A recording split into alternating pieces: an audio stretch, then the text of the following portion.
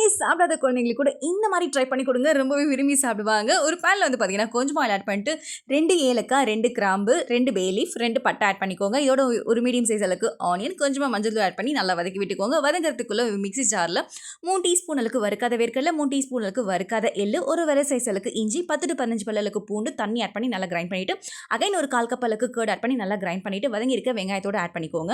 இதோட ஒரு டீஸ்பூனுக்கு தனி மிளகாய் தூள், 1/2 டீஸ்பூனுக்கு கரம் மசாலா, 1/2 டீஸ்பூன் அளவுக்கு காஷ்மீர் சில்லி பவுடர், ஒரு மீடியம் சைஸ் அளவுக்கு தக்காளி ஆட் பண்ணி நல்லா வதக்கி விட்டுட்டு கீரை வந்து பார்த்தீங்கன்னா பாலக்கீரை கட் பண்ணி ஆட் பண்ணிக்கோங்க. இதோட மஷ்ரூம் ஆட் பண்ணிட்டு தேவையான சால்ட் ஆட் பண்ணி நல்லா வதக்கி விட்டுக்கோங்க. மஷ்ரூம்லேருந்து ஆயில் செக்ரேட் ஆகணும். அதுக்கப்புறம் தான் நீங்கள் தண்ணி ஆட் பண்ணணும். அதுக்கு முன்னாடியே தண்ணி ஆட் பண்ணிங்கன்னா உங்களுக்கு மஷ்ரூம் வந்து நல்லா வதங்காத மாதிரி டேஸ்ட்டும் நல்லா இருக்காது. உங்களுக்கு தண்ணி ஆட் பண்ணி 15 மினிட்ஸ்க்கு நல்லா கொதி விட்டதுக்கப்புறமா ஒரு டீஸ்பூனுக்கு கஸ்தூரி மேத்தி, ஃபைனலாக வந்து பார்த்தீங்கன்னா கொத்தமல்லி போட்டு கார்னிஷ் பண்ணி சர்வ் பண்ணிங்கன்னா ரொம்ப ரொம்ப அட்டகாசமாக இருக்கும். கண்டிப்பாக ட்ரை பண்ணி சாப்பிடுங்க. சுவைக்கான தேடல் தொடரட்டும்.